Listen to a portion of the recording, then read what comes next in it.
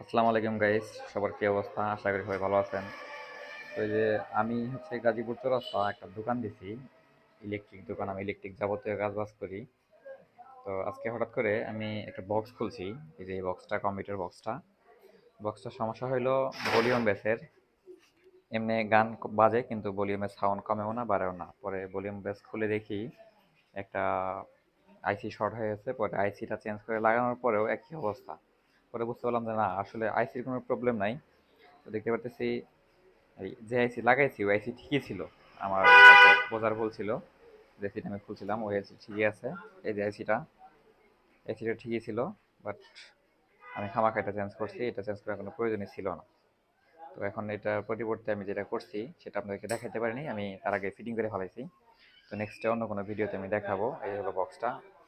Next অন্য কোনো video করার সময় আমি আপনাদেরকে ভালোভাবে করে দেখাবো। তো যারা আশেপাশে আছেন, যে কোনো বক্স চার্জার যদি ঠিক করতে নিয়ে আসতে চান, তাহলে লোকেশন আমি বলে দিচ্ছি।